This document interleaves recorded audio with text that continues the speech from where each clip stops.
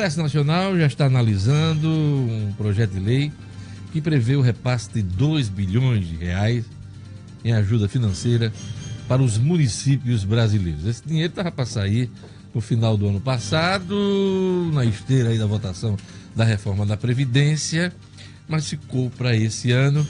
E aqui com a gente está o presidente da Federação dos Municípios do Rio Grande do Norte, Benes Leocádio. Bom dia, Benes. Bom dia, Diógenes. Bom dia, ouvintes da 96. É um prazer mais uma vez estar aqui com vocês. Demorou um pouquinho, mas finalmente saiu, pelo menos a perspectiva, o projeto aí, para liberar esse dinheiro. Como é que vai ser a votação desse projeto de lei no Congresso Nacional? É verdade, Diógenes. Nós estivemos sexta-feira, antes do Carnaval, com o presidente do Congresso, o senador Nilson Oliveira, em reunião com a Associação de Municípios lá do Ceará, na capital Fortaleza, e ele assumiu um compromisso diante de todos os prefeitos do Ceará e do Movimento Municipalista Brasileiro, estavam lá dirigentes da CNM, eu fui aqui representando os prefeitos do Rio Grande do Norte, de que na volta às atividades do Congresso priorizaria a votação desse projeto de lei nacional. O Congresso já voltou. Já voltou. E a sinalização dele é que após o dia 20, acho que é a próxima semana, né, já conversaria com o presidente Rodrigo Maia, até porque o projeto tem que ser votado nas duas casas. Sim, é isso que eu ia perguntar. Você conhece muito bem as discussões e andamento de determinados processos naquelas casas. Se não tiver uma decisão das duas casas, é difícil ter uma tramitação rápida. E a sugestão dele é que pudesse ter uma tramitação em regime especial, que seja, que dispensa a tramitação nas comissões, não é isso? E com isso daria celeridade para chegar ao plenário das duas casas e ser votado, com expectativa até de que pudesse finalizar e repassar esse recurso agora no mês de março. Essa é a nossa expectativa. Eu te pergunto, por que isso não saiu numa medida provisória? 3 outras vezes em períodos passados foram feitos através de medida provisória. Só que ano passado, e isso ocorreu exatamente com a expectativa de um repasse para o Rio Grande do Norte, naquele socorro de 600 milhões, em que o Ministério Público, junto ao Tribunal de Contas da União, se pronunciou contrária à liberação, sem que não houvesse uma autorização legislativa, ou seja, um pronunciamento das casas do Congresso com a autorização orçamentária. E aí o presidente Temer, na mesma forma que tomou a decisão de suspender do Rio Grande do Norte, suspendeu também a dos municípios, pedindo para ouvir o Congresso Nacional, que infelizmente dezembro já estava em recesso e agora só deverá ocorrer nesse período. Só para o nosso ouvinte entender, é que a diferença da medida provisória, projeto de lei, é que para ter efeito, o projeto de lei precisa ser aprovado pelas duas casas, no caso Câmara e Senado. A medida provisória também é um instrumento que precisa passar pelo Legislativo, só que ele tem efeito imediato, tem eficácia, né? E então o presidente não quis liberar o dinheiro sem autorização do Congresso. E aí ficou também o questionamento, será uma precaução jurídica ou também o desejo de adiamento em função também das dificuldades que passava e passa o país naquele momento, né? Nós estamos indo a Brasília agora na próxima semana, todas as federações do país, com a convite da CNM, para exatamente pressionarmos junto aos congressistas a votação desse projeto, até porque, como você já falou e dissemos, ele já vem até um pouco atrasado, que a intenção era ajudar o pagamento do 13º salário dos servidores nos municípios. E esse PLN de hoje está vindo com uma vinculação, ele só poderá ser usado para saúde, educação e desenvolvimento social, assistência. Então ele não poderá ter livre aplicação, terá que ser vinculado a essas 3 áreas. Agora, você lembrou uma coisa que eu ia perguntar.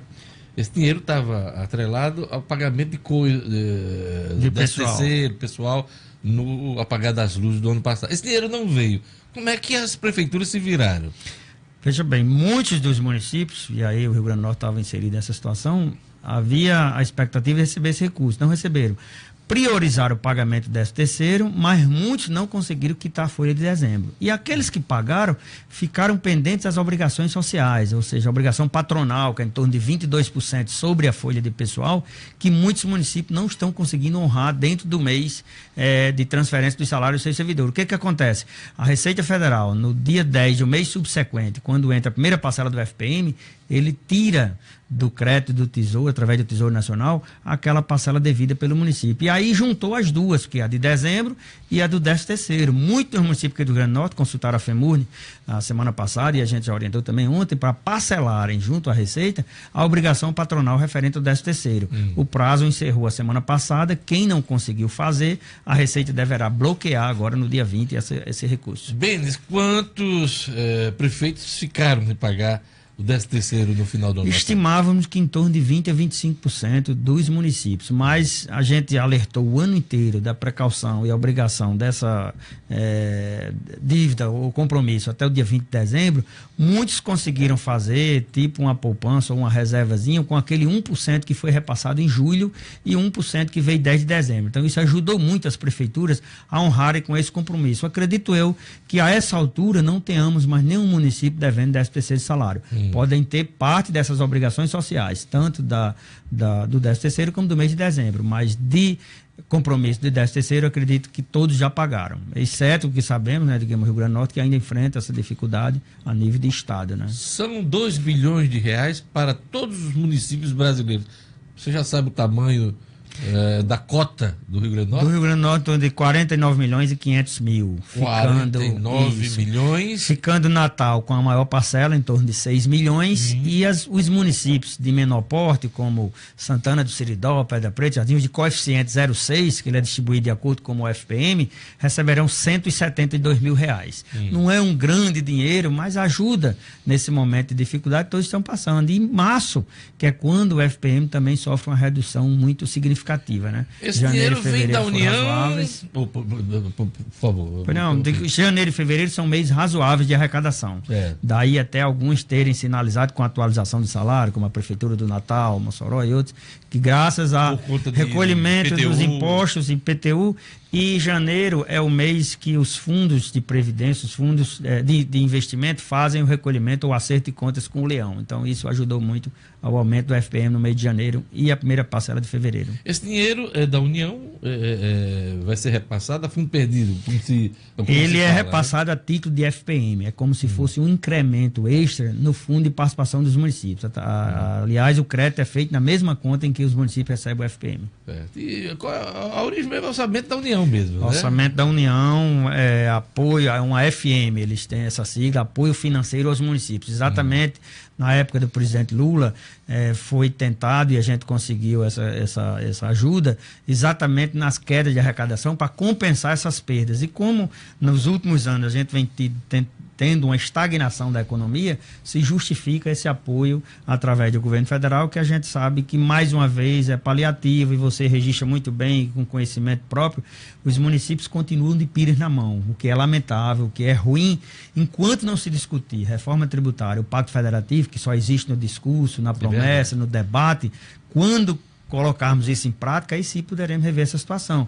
A exemplo de outros países tidos como desenvolvido, Alemanha, Estados Unidos e outros, de que a parcela maior dos tributos ficam com os municípios, que é onde as pessoas moram. É onde precisa de escola, de posto de saúde, de assistência, de infraestrutura, mas no Brasil, infelizmente, isso é invertido. A maior concentração é na União e a menor parcela fica com os municípios. Pois é. O dinheiro vem, e é bom, você já ressaltou aqui, ele vem vinculado. Né? Essa vinculação, como é que ocorre? A expectativa do final do ano era para pagar 13ª, essa coisa toda. O uso vai ser para quê? Isto hoje, de certa forma, se não é o 13º, mas poderá ser usado para pagamento de pessoal, desde que vinculado àqueles setores. Certo. A educação, então, através de pagamento da saúde, exatamente. A parcela da saúde, a parcela da assistência, até porque ele não sofrerá, Diógenes, aqueles descontos vinculados constitucionalmente, que é 15% para a saúde, 20% para o Fundeb, mas obrigatoriamente terão que ser aplicados nessas áreas. Ano passado teve repatriação de recursos. 2016. Houve uma divisão aí, estados, os municípios. O ano passado não teve nada. Foi frustrado o ano passado. Esse ano, hein? Zero expectativa de repatriação. Não existe. A expectativa que temos é de aquecimento da economia ou voltar ao crescimento da circulação de rendas no país e melhorar a receita de estados e municípios. Mas não acredito, de hoje, que tenhamos em 2018 uma sinalização muito forte. Estamos tendo pequenas reações que ainda não chegaram a refletir na arrecadação de IPI, Imposto de Renda, que compõe o FPM e o FPE. E é nisso que eu quero falar, nessa cesta de impostos que tem a ver e forma o Fundo de Participação dos Municípios. O governo, quando quer dar uma aquecida em algum setor, tal, como o automobilístico, mexe e diminui aí o tamanho do IPI, por exemplo. Verdade. Agora, só que isso afeta os municípios, né?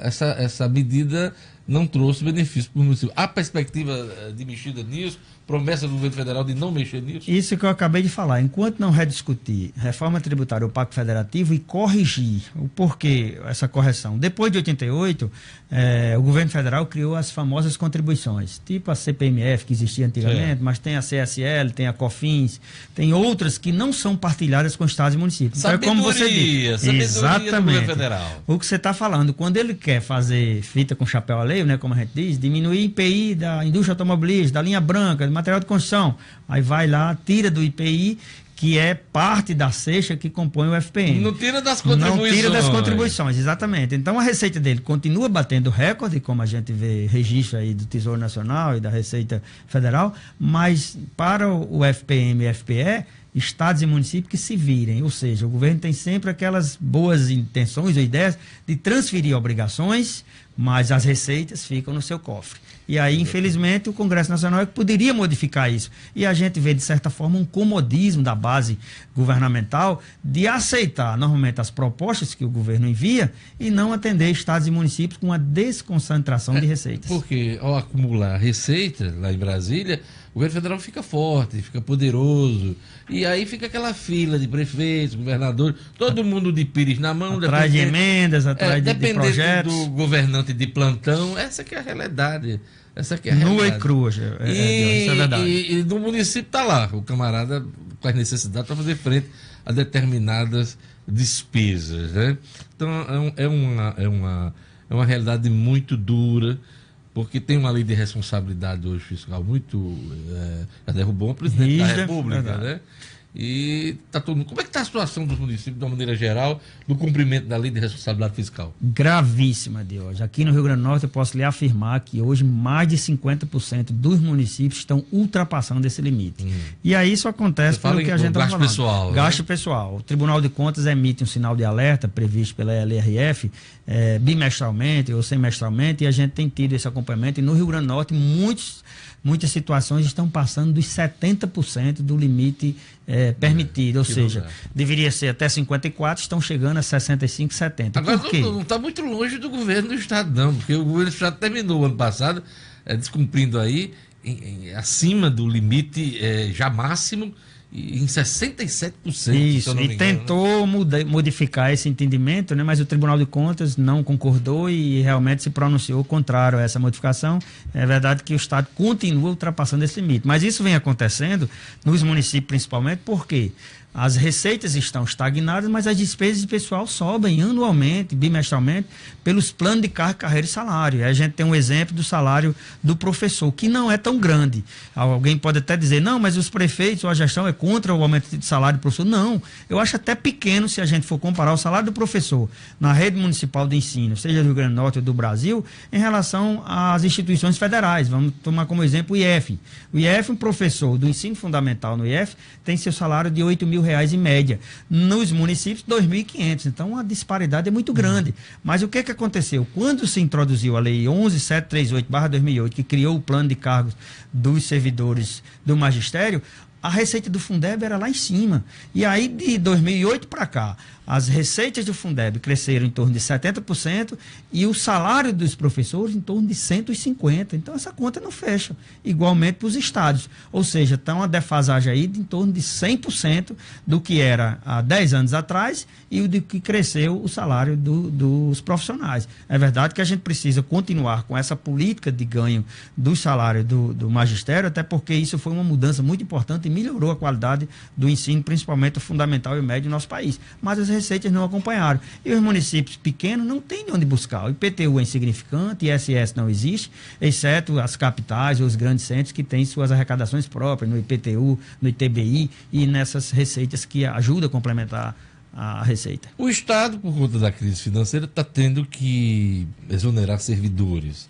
Como é que está essa situação? Enxugamento de folha nos municípios do Rio Grande do Norte. Isso é o que prevê a LRF. Na primeira medida, cortar 20% dos cargos em comissão.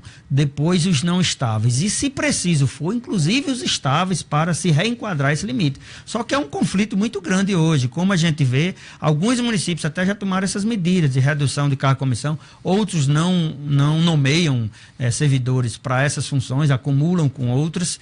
E a gente vê até o risco de prejudicar esse serviço. Outro dia nós estávamos no debate na PGE, na Procuradoria-Geral de Justiça, aliás, com a representação do Ministério Público, cobrando que os municípios reenquadrassem esse limite. E nós mostramos, se formos para fazer esse reenquadramento linear, vai prejudicar o serviço básico, cortar a equipe de saúde da família, vai poder se tirar o professor da sala de aula, vai poder se diminuir os serviços que estão funcionando graças a esses servidores, até porque há uma impressão de que não, como é que chama, os penduricalhos ou os nomeados de atos diretos pelos gestores é que faz, não. Hoje o Rio Grande do Norte, acho que vive isso também, é menos de 1% da folha de pessoal a nomeação desses cargos em comissão. Eu tiro um exemplo com o município de Lages, tem cerca de 500 e poucos servidores, menos de 50 eram cargos em comissão, e muitos deles até do próprio quadro. Então não é isso que vai resolver o problema disso aí. O que nós estamos vivendo é uma triste estagnação da economia, que vem há anos aí capengando.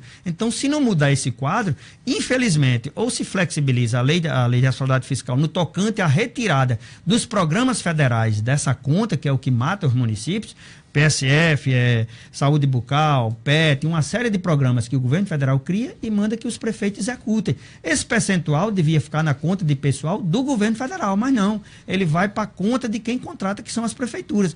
E aí, como o município abrir mão de uma parceria com um determinado programa desse, como o Bolsa Família, que é importantíssimo para as comunidades, principalmente do Nordeste, o Mais Médico, exatamente. Mas aí fica prejudicado nessa conta junto aos tribunais de contas para se fazer. Eu só tenho um minutinho. Eu queria saber como é que está o repasse da parte que cabe aos municípios no ICMS. Pergunto isso por conta da crise financeira do verdade, Jorge. Estado. E essa realidade tem acontecido em outros estados do Brasil. Minas Gerais, por exemplo, está atrasando o repasse dos 25%, que é a parcela que toca aos municípios.